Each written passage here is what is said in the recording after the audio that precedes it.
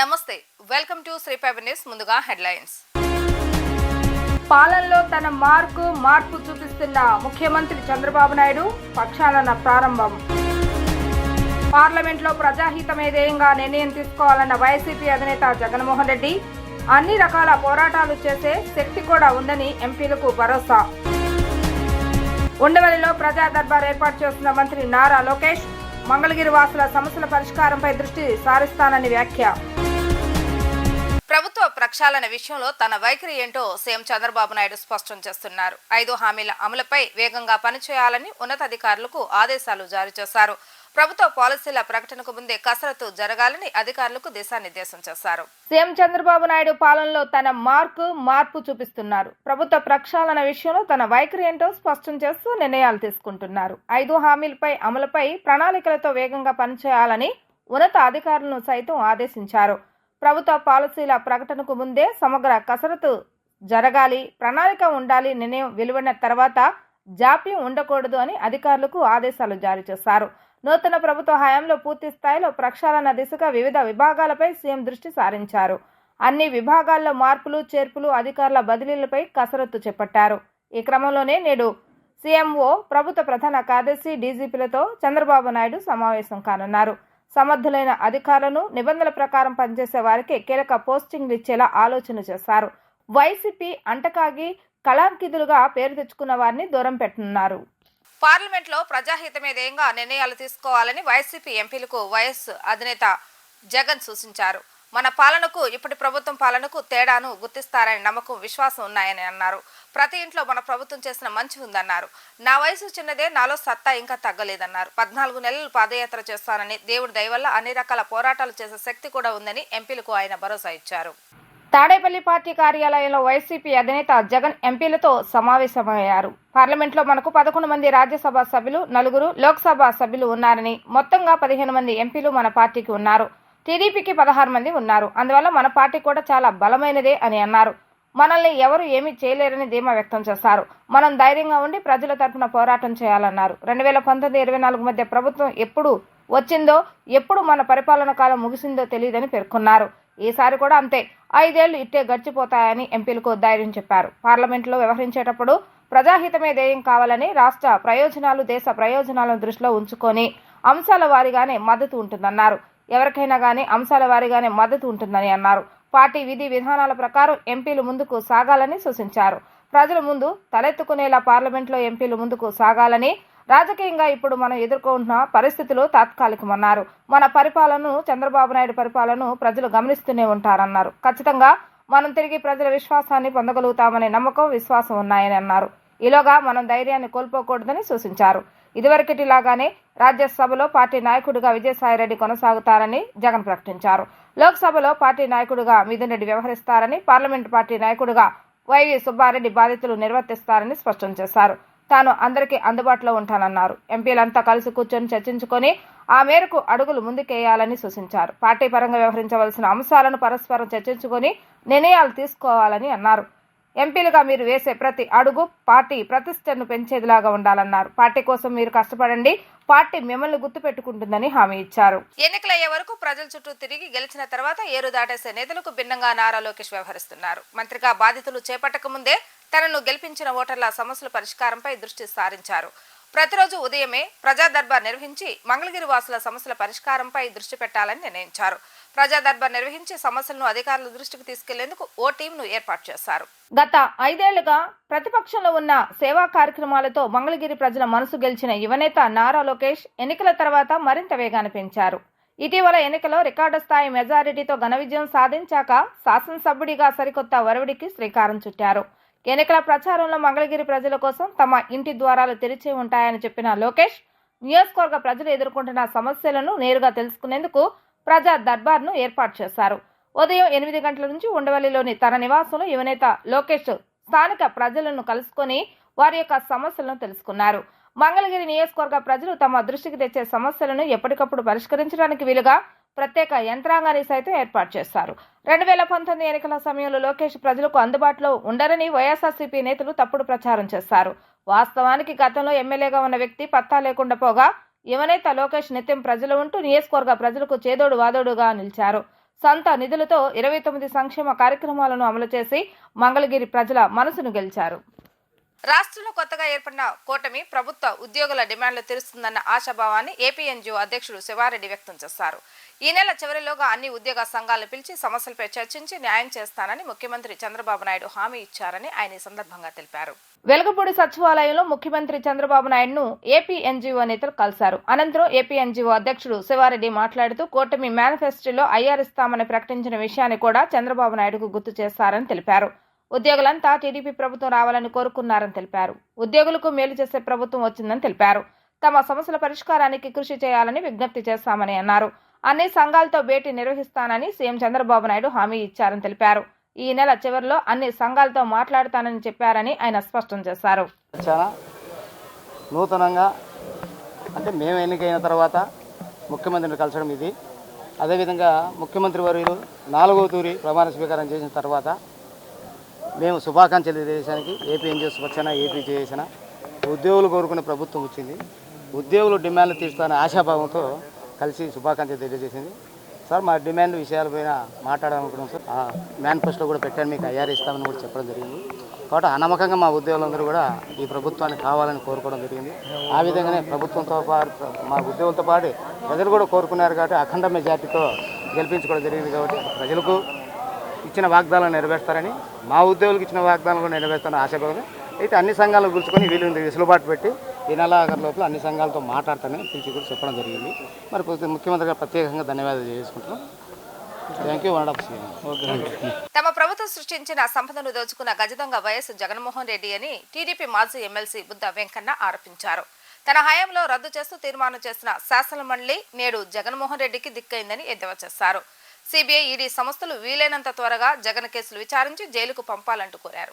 TDP మాజీ MLC Buddha Venkanna తన నివాస కార్యాలయంలో శనివారం పాత్రికేయుల సమావేశాన్ని నిర్వహించారు. ఈ సందర్భంగా ఆయన మాట్లాడుతూ గత ప్రభుత్వంలో శాసనమండలిలో తేదాపా సభ్యులు ఎక్కువగా ఉన్నారని భావించిన జగన్మోహన్ రెడ్డి ఆ శాసనసభ మండలిని రద్దు చేస్తూ పార్లమెంటు తీర్మానం పంపిన సంగతి గుర్తు చేశారు. రాష్ట్రంలో ఘోరాతి ఘోరంగా ఓటమి చవిచూసిన జగన్మోహన్ రెడ్డికి ఆనాడు రద్దు చేద్దామనుకున్న శాసనమండలి సభే నేడు దిక్కైందని ఎద్దేవా చేశారు. తమ ప్రభుత్వ హయాంలో సంపదని సృష్టిస్తే ఆ సంపదను దోచుకున్న వ్యక్తి జగన్మోహన్ రెడ్డి అని మండిపడ్డారు. దేశ చరిత్రలోని వివిధ ఆర్థిక నేరాల కింద బెయిల్ మీద బయటకు వచ్చి నేటికి అరెస్టు కాబడిన వ్యక్తిగా జగన్మోహన్ రెడ్డి చరిత్ర పుటల్లో నిలిచారని విమర్శలు గుప్పించారు. ఇప్పటికైనా enforcement directorate, central bureau of investigation సంస్థలు జగన్ ఆర్థిక నేరాల కేసులను త్వరితగతిన విచారణ చేపట్టి జగన్ను జైలుకు సాగనంపాలంటూ విజ్ఞప్తి చేశారు. ఏ శాసన మండలిని రద్దు చేద్దాం అనుకున్నావో ఆ శాసన మండలి సభ్యులను పిలిచి దిక్కు లేకుండా వాళ్ళతో మాట్లాడుతున్నావు. ఇంకొక గొప్ప విషయం చెప్తా. ఈ జగన్మోహన్ రెడ్డి ఎంత సైకో అంటే ఎన్నికల ముందు 5 ఎమ్మెల్సీలు జగన్మోహన్ రెడ్డి దగ్గర ఉన్నటువంటి 5 ఎమ్మెల్సీలు జగన్మోహన్ రెడ్డి చిపో అని బయటకు వచ్చారు. రాష్ట్ర చరిత్రలో ఎక్కడ రారు. ఇప్పుడు ఎన్నికలు అయిన తర్వాత అధికారం అటు ఇటు అయితే కొంతమంది అయ్యారాములు గైరాములు మారుతారు, అది పక్కన పెట్టండి. ఇక్బాల్, శ్రీరామచంద్రయ్య, అలాగే ఎస్కోట రాజు, అలాగే ఇక్కడ మన గురజాల ఎమ్మెల్సీ, ఇలా చూసుకుంటూ పోతే 5 చిప్ నీ ఎమ్మెల్సీ వద్దు, నువ్వు వద్దు అన్నారు. అంటే అంత చండాలంగా పరిపాలన సాగించిన వంశీ కృష్ణ, ఇది మన వైజాగ్, ఇప్పుడు జనసేన పార్టీ మీద గెలిచిన వ్యక్తి. 5 శ్రీరామచంద్రయ్య, వంశీ కృష్ణ, ఇక్బాల్, అలాగే ఎస్కోట రాజు గారు, అలాగే మన గురజాల బీసీ నాయకుడు, 5 కూడా వదులుకొని వచ్చారు. కాబట్టి జగన్మోహన్ రెడ్డి దుకాణం బంద్. చంద్రబాబు నాయుడు గారు ఎన్ని హామీలు అయితే ఇచ్చారో అన్ని హామీలు చేస్తారు. ఈ రాష్ట్రానికి సంపద సృష్టిస్తారు. ఈ రాష్ట్ర ప్రజలను ఆదుకుంటారు. ఈ రాష్ట్ర యువకులకు ఉద్యోగ అవకాశాలు కల్పిస్తారు. అన్నీ కూడా ఈ రాష్ట్రం సస్యశ్యామలంగా ఉంటుంది. చంద్రబాబు నాయుడు గారు నిన్ను 100 ఏళ్ళు బతుకుంటారు. ఆ నిన్ను 100 ఏళ్ళు కూడా ఆయన అధికారంతో ప్రజలకి బాగు చేయడానికే చూస్తారు. కానీ తన కుటుంబం బాగుండాలని లేదా ఆ కుటుంబానికి బాగు చేసుకోవాలని కూడా ఏ రోజు అనుకోరు. సాక్షాత్తు చంద్రబాబు నాయుడు గారు ఆ జైలులో ఉన్నప్పుడు భువనేశ్వర్ గారు మాట్లాడారు. ఏ రోజు కూడా ఆయన కుటుంబం గురించి కానీ టైం కూడా ఇవ్వలేదని. దట్ ఈజ్ చంద్రబాబు గారు ప్రజల కోసం అంకిత భావంతో పనిచేసే వ్యక్తి. కాబట్టి జగన్మోహన్ రెడ్డి ఇక మూసేని దుకాణం బంద్. వైఎస్ఆర్సీపీ ప్రభుత్వ హయాంలో అనేక ఇబ్బందులు ఎదుర్కొన్న ఆరుద్ర కుటుంబానికి సీఎం చంద్రబాబు నాయుడు ఆపన్న హస్తం అందించారు. చంద్రబాబు నాయుడు సీఎంగా బాధ్యతలు తీసుకున్న అనంతరం సచివాలయంలో కుమార్తెతో సహా ఆయన్ను కలిశారు. ఆరుద్ర కుమార్తె దుస్థితి చూసి ఆయన చలించిపోయారు. ఈ క్రమంలోనే 5 లక్షల రూపాయల ఆర్థిక సహాయం, నెలకు 10,000 రూపాయల పింఛను ప్రకటించారు సీఎం. వైఎస్ఆర్సీపీ పాలనలో 5 ఏళ్లుగా నరక యాతన అనుభవిస్తున్న ఆరుద్ర కుటుంబానికి చంద్రబాబు నాయుడు ఆపన్న హస్తం అందజేశారు. వీల్చైర్కే పరిమితమైన ఆరుద్ర కుమార్తెకు మెరుగైన వైద్యం అందజేయాలని అధికారులకు ఆదేశించారు. దివ్యాంగురాలైన తన కుమార్తెకు పింఛను ఆర్థిక సహాయం ప్రకటించి భవిష్యత్తులోనూ అన్ని విధాల అండగా ఉంటామని భరోసా ఇచ్చారు. ఇన్నాళ్లు కష్టాలతో కన్నీళ్లు కార్చిన ఆరుద్ర ఇప్పుడు సంతోషంతో ఆనంద బాష్పాలు రాల్చారు. 5 ఏళ్లుగా వైఎస్ఆర్సీపీ పాలనలో నరకం అనుభవించిన ఓ బాధితురాలికి ముఖ్యమంత్రి చంద్రబాబు నాయుడు అండగా నిలిచారు. కుమార్తెకు తీవ్ర అనారోగ్య సమస్యల కారణంతో వైఎస్ఆర్సీపీ నేతల అరాచకాలకు ఎదురెదిన ఆరుద్రను సచివాలయంలో కలిసిన చంద్రబాబు నాయుడు వారి స్థితిని చూసి చలించిపోయారు.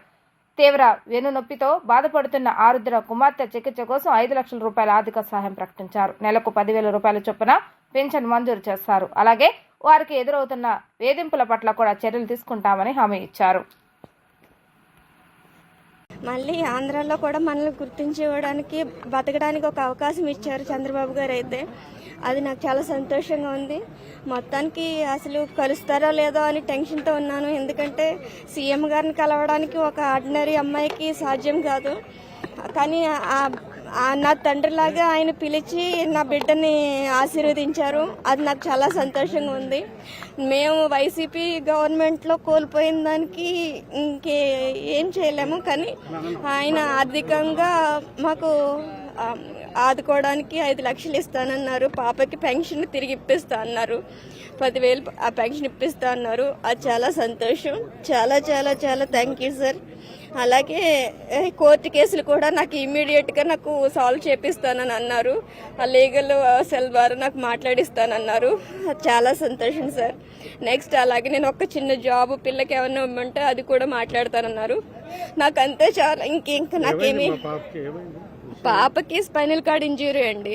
ఆ స్పైనల్ కార్డ్ ఇంజ్యూరీ నేను ఆపరేషన్ చేయించుకుందామంటే మా ఇల్లు అమ్ముకోకుండా దాడిచెట్టు రాజా గారి గన్మ్యాన్ కానిస్టేబుల్ మమ్మల్ని చాలా ఏడిపించారు సార్. మా పాపని నన్ను ఈరోజు పూర్తిగా మంచానికి అంకితం చేసేసారు. ఈడ్చి కొట్టేశారు పిల్లని. దాని ప్రాపర్టీ దానికి ఇప్పించమన్నానని నన్ను, మా ఆయన్ని, మా పాపని ముగ్గురిని కలిపి మెంటల్ హాస్పిటల్లో జాయిన్ చేశారు సార్ ఆ పోలీసులు, వైసీపీ నేతలు. వాళ్ళ నుంచి బయట రప్పించి గండి బాబ్జీ గారు, అనిత్ గారి ద్వారా చంద్రబాబు గారు గీతన్స్ హాస్పిటల్లో చేర్పించి నాకు నా బిడ్డకి ప్రాణభిక్ష పెట్టారు. శ్రీభరత్ గారికి, లోకేష్ గారికి నేను ఎంతో రుణపడి ఉన్నాను సార్. కొంచెం ఉంది సార్, దానికి పూర్తిగా ఈ దాడిలో పూర్తిగా చంపేయడానికే ట్రై చేశారు సార్. నాకు ఎటువంటి పొలిటికల్ పోలీస్ బ్యాక్గ్రౌండ్ లేదు సార్. నేను ఒక సాధారణమైన గృహిణిని అంతే. నా బిడ్డ కోసం నా బిడ్డ ప్రాపర్టీ అమ్ముకుని దానికి న్యాయం చేసుకోవాలనుకున్నాను. స్థలం గురించేనండి. ఇంకా కాశీ వెళ్ళిపోయామండి. ఇంకా ఇంకా ఇంకా జగన్మోహన్ రెడ్డి గారే మళ్ళీ వస్తే నేను ఇంకా అక్కడ గంగలో దూకేద్దాం అనుకున్నాను సార్. కానీ నా అదృష్టం కొద్దీ చంద్రబాబు గారు గెలిచారు. చంద్రబాబు గారు కాదండి, నా బిడ్డ గెలిచింది. చంద్రబాబు గారు, పవన్ కళ్యాణ్ గారు, లోకేష్ గారు భర్త గారు కాదండి. ఈరోజు నా బిడ్డ గెలిచిందన్నంత ఆనందంగా నాకైతే ఉంది. ఆడపిల్లలు ప్రశాంతంగా స్వతంత్రంగా బతికే హక్కు కోసమే నేను కష్టపడ్డాను సార్. ఒక ఆడపిల్ల జీవితమే కష్టం, అందులోనే అది దివ్యాంగురాలు అయితే ఇంకా నరకం. దాని ప్రాపర్టీ దాన్ని చీల్చడానికి, దాన్ని పూర్తిగా చంపేయడానికి ప్రయత్నాలు చేశారు సార్ మా బావగారు. ఈ కానిస్టేబుల్ సోమశేఖర్, మా బావగారు సోమశేఖర్ అండి. ఆయనకి అసలు నిర్దాక్షిణ్యంగా నా భర్తకి కొడుకులు లేకపోతే ఆయన కొడుకు ఎలా వెళ్ళిపోద్దండి. కేవలం ఈ కానిస్టేబుల్ అండ చూసుకుని ఆయన కూడా కొడుపూడి సూర్యనారాయణరావు గారు అండ చూసుకుని సోమశేఖర్ భరత్ కూడా ఇలాగే ఏడిపించారు సార్. నా బిడ్డను చంపడానికి అన్ని రకాలుగా ప్రయత్నాలు చేశారు. ఇప్పుడు రక్షించారు. Thank you sir. రాష్ట్ర కేబినెట్ కూర్పు అద్భుతంగా ఉందని టీడీపీ మాజీ మంత్రి ఎమ్మెల్సీ రామకృష్ణుడు అన్నారు. ప్రజలు ఒక మార్పు కోసం తీర్పు ఇచ్చారని తెలిపారు. ప్రజల తీర్పునకు అనుగుణంగానే మంత్రివర్గం ఉండాల్సిన అవసరం ఉందని ఆయన స్పష్టం చేశారు. వెలగపూడి సచివాలయంలో ముఖ్యమంత్రి చంద్రబాబు నాయుడును ఎమ్మెల్సీ యనమల రామకృష్ణ కలిశారు. అనంతరం ఆయన మీడియాతో మాట్లాడుతూ యువతకు ప్రాధాన్యత ఉండాలని తెలిపారు. కేబినెట్ లో అవకాశం వచ్చిన యువతరం చిత్తశుద్ధితో పనిచేయవలసిన బాధ్యత ఉందని తెలిపారు. జగన్ గత 5 ఏళ్లలో రాష్ట్రంలో సంక్షోభం సృష్టించారని ఆరోపించారు. కొంత సమయం పట్టినా చంద్రబాబు నాయుడు సమర్థుడు కాబట్టి ఈ సంక్షేమం నుంచి బయటకు రావడం పెద్ద విషయం కాదని పేర్కొన్నారు. సంక్షేమంతో పాటు అభివృద్ధి జరగాలని ఆయన అన్నారు. ప్రజలు ఒక మార్పు కోసం తీర్పిచ్చారు. మార్పు ఏంటంటే కొత్తగా ప్రభుత్వం కానీ అదేవిధంగా పాలసీస్ కానీ సమాజంలో మార్పు కానీ ఇవన్నీ కావాలనేటువంటి ఉద్దేశంతో ప్రజలు తీర్పిచ్చారు. ఆ తీర్పుకు అనుగుణంగా ఉండవలసినటువంటి అవసరం ఉందా మంత్రివర్గం కూడా. ఎందుకంటే మొదటి నుంచి కూడా నేను చెప్తూ ఉన్నాను, యంగర్ జనరేషన్ వచ్చినప్పుడు యంగర్ జనరేషన్ని అకామిడేట్ చేస్తూ ఉండాలి. ఇప్పుడు కూడా అకామిడేట్ చేస్తూ ఉంటే ఆ పార్టీ కానీ ఆ ప్రభుత్వం కానీ 4 కాలాల పాటు ఉంటుంది. ఇది నేను 2007 సంవత్సరంలో ఫస్ట్గా మహానాడులో చెప్పాను నా స్పీచ్లో. తర్వాత 2009లో కూడా చెప్పాను. అందుకని యంగర్ జనరేషన్కి అవకాశాలు వచ్చింది ఈ క్యాబినెట్లో. ఆ యంగర్ జనరేషన్కి అవకాశాలు ఇవ్వడానికి అందరూ కూడా వెల్కమ్ చేయవలసినటువంటి సందర్భం. అంతే ఈ యంగర్ జనరేషను కమిట్మెంట్ తోటి అదేవిధంగా ఒక చిత్తశుద్ధితోటి పనిచేయవలసినటువంటి బాధ్యత కూడా ఉంది. ఆనాడు మేము 29 సంవత్సరాల ఉన్నప్పుడు ఎన్టీ రామారావు మాకు అవకాశం ఇచ్చారు. సో చిత్తశుద్ధితోటి లాయల్టీతోటి పనిచేస్తే కమిట్మెంట్ తోటి పనిచేస్తే ఎవరైనా 4 కాలాల పాటు నాయకుడిగా ఉండటానికి అవకాశం ఉంటుంది. అంతేత ఈ ఏదైతే క్యాబినెట్ కూర్పు ఉందో అట్లా తప్పకుండా 100% బ్రహ్మాండంగా ఉండి వెల్కమ్ చేస్తున్నాం కూడా అంతా కూడా. ఇంకా సీనియర్స్ అనేటువంటిది నేను చెప్పాను, మీరు ఒకసారి ఆ రోజు పేపర్లు చూస్తే తెలుస్తుంది. ఈ యంత్రాంగం అంతా కూడా చిత్తశుద్ధితో పనిచేసి ఏదైతే ప్రజలు ఆశ పెట్టుకున్నారో రాష్ట్రానికి చేయవలసిన కార్యక్రమాలు ఉన్నారో ఇవన్నీ చేయవలసిందే. ప్రతి ఒక్కరు కూడా పార్టీలో ఉన్నటువంటి వాళ్ళు అదేవిధంగా కూటమి యొక్క బాధ్యత. 30 సంవత్సరాలు నేను ఉంటానన్నాడు. 30 సంవత్సరాలు 5 సంవత్సరాలు ప్రజలు కన్ను మూసేశారు. ఆ కళ్ళు ఎప్పుడు తెరుస్తారో తెలియదు. ప్రజాస్వామ్యంలో ప్రజలు ఇష్టం. ఆయన సరిగ్గా చేసుకోలేకపోయాడు కాబట్టి కళ్ళు మూసేశారు. 30 సంవత్సరాలు ఉంటానని గర్వం పడిపోయినటువంటి వ్యక్తి 5 సంవత్సరాలు ఎందుకు పోయాడు అంటే ఈ రాష్ట్రాన్ని ధ్వంసం చేశాడు కాబట్టి, రాష్ట్ర ప్రజలకు అన్యాయం చేశాడు కాబట్టి మార్పు కోరుకున్నారు. ఈ మార్పును మేము సరిగ్గా ఉపయోగించుకుని ప్రజలకి రాష్ట్రానికి ఉపయోగపడితే పర్మనెంట్గా ఉండడానికి అవకాశం ఉంది. జగన్మోహన్ రెడ్డి 5 సంవత్సరాల్లో దాదాపు క్రైసిస్ క్రియేట్ చేశారు. ఎకానమీ క్రైసిస్ కాదు, ఫైనాన్షియల్ క్రైసిస్ కాదు, అదేవిధంగా అనేక రకాల డెవలప్మెంట్ లేకుండా చేశారు. లేదా మెయిన్గా ఏంటంటే ఫైనాన్షియల్ క్రైసిస్ ఉంది ఇప్పుడు, అదేవిధంగా ఎకానమీ క్రైసిస్లో ఉంది. ఈ రెండును కూడా తట్టుకోవాల్సినటువంటి బాధ్యత ఉంది. అంచేత కొంత టైం పట్టినప్పుడు కూడా చంద్రబాబు నాయుడు గారు సమర్థుడు కాబట్టి ఆయన ఫైనాన్స్ మినిస్టర్ చేశారు. అదేవిధంగా ముఖ్యమంత్రి చాలా సంవత్సరాలు చేస్తారు, అనుభవం ఉన్నటువంటి నాయకులు కాబట్టి మేజర్ క్రైసిస్ రెండు ఏవైతే ఉన్నాయో ఈ క్రైసిస్ నుంచి బయటకు రావడం. రాష్ట్ర ముఖ్యమంత్రిగా చంద్రబాబు నాయుడు మొదటి సంతకం సామాజిక మోసంపై చేస్తారని వైసీపీ నేత పోతిన మహేష్ అన్నారు. విజయవాడలోని తన కార్యాలయంలో శనివారం ఆయన మాట్లాడుతూ ఉప ముఖ్యమంత్రి పదవుల్లో బీసీ, ఎస్సీ, ఎస్టీ, ముస్లింలకు ఇవ్వకుండా అన్యాయం చేస్తారన్నారు. వైసీపీ ప్రభుత్వం కన్నా ఎక్కువ సామాజిక న్యాయం చేయాల్సింది పోయి అందరికీ మొండి చేయి చూపించారని మండిపడ్డారు. మీ మొదటి సంతకమే సామాజిక మోసంపై చేశారు. సామాజిక మోసంపై చేశారు. బీసీ, ఎస్సీ, ఎస్టీ, ముస్లింలని అగౌరవపరిచారు. మీరు 2019లో ఉప ముఖ్యమంత్రి పదవుల్ని మీరిద్దరికి కేటాయించారు. ఒకటి నిమ్మకాయల చినరాజప్ప గారు కాపు సామాజిక వర్గం, కె కృష్ణమూర్తి గారు బీసీ గౌడ సామాజిక వర్గానికి ఇచ్చారు. మీ తర్వాత జగన్మోహన్ రెడ్డి గారు సామాజిక న్యాయం పాటిస్తూ మీకన్నా మిన్నగా మీరిద్దరికి ఇస్తే జగన్మోహన్ రెడ్డి గారు 10 మందికి ఉప ముఖ్యమంత్రి పదవులు ఇచ్చారు. ఆయన 5 ఏళ్ల పాలనలో బీసీ, ఎస్సీ, ఎస్టీ, ముస్లిం, కాపు వర్గాలకి ఉప ముఖ్యమంత్రి పదవులు ఇచ్చి ఆ సామాజిక వర్గాల ఆత్మ గౌరవాన్ని పెంచారు. సామాజిక న్యాయం చేశారు. సోషల్ ఇంజనీరింగ్ లో ఆయన విప్లవాత్మకమైనటువంటి మార్పులు తెచ్చేటువంటి ప్రయత్నం చేశారు. మీరు అంతకన్నా మిన్నగా చేయాలి. కానీ బీసీ, ఎస్సీ, ఎస్టీ, ముస్లిం వర్గాలకి ఉప ముఖ్యమంత్రి పదవులు ఇవ్వకుండా కేవలం పవన్ కళ్యాణ్ గారికి మాత్రమే ఉప ముఖ్యమంత్రి పదవి ఇచ్చి బీసీలని, ఎస్సీలని, ఎస్టీలని, ముస్లింలని మీరు అవమానించిన మాట వాస్తవం. ఈ వర్గాలకి కేబినెట్ కూర్పులో ఉప ముఖ్యమంత్రి పదవులు ఎందుకు ఇలా?